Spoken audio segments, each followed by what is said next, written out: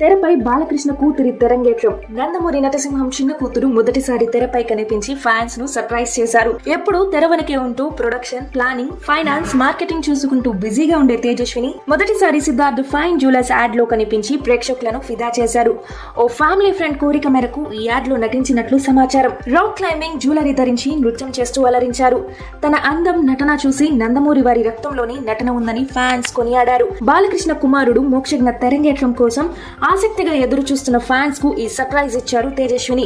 ప్రస్తుతం మోక్షజ్ఞ ప్రశాంత్ వర్మ దర్శకత్వంలో ఓ సినిమాలో నటిస్తున్నారు.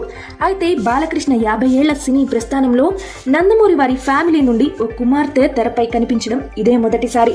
తేజస్విని ప్రస్తుతం అఖండ 2 సహ నిర్మాతగా వ్యవహరిస్తూనే అటు అన్స్టాపబుల్ షో వెనక కీలక పాత్ర పోషిస్తున్నారు. ఆమె భర్త భరత్ విశాఖ ఎంపీ అన్న విషయం తెలిసిందే. 1 మినిట్ కి పైగా సాగే ఈ యాడ్ కు యమునా కిషోర్ దర్శకత్వం వహించగా బృందా మాస్టర్ కొరియోగ్రాఫర్ గా వ్యవహరించారు. ఎస్ఎస్ తమన్ సంగీతం కూర్చగా ఆయంక బోస్ సినిమాటోగ్రాఫర్ గా పనిచేశారు. అవినాష్ కొల్లా అద్భుతమైన కళా దర్శకత్వం, నవీన్ నోలి ఎడిటింగ్ తో ఈ యాడ్ కు వన్న తెచ్చాయి. డబు రత్నాని ఫోటోగ్రఫీ మరింత శోభను అద్దాయి.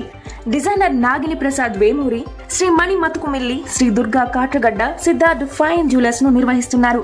శ్రీ వేమూరి కృష్ణప్రసాద్ సంస్థ తరఫున మాట్లాడుతూ తేజస్విని గారు ఈ యాడ్ లో నటించడం మాకు ఆనందంగా ఉందని చెప్పారు.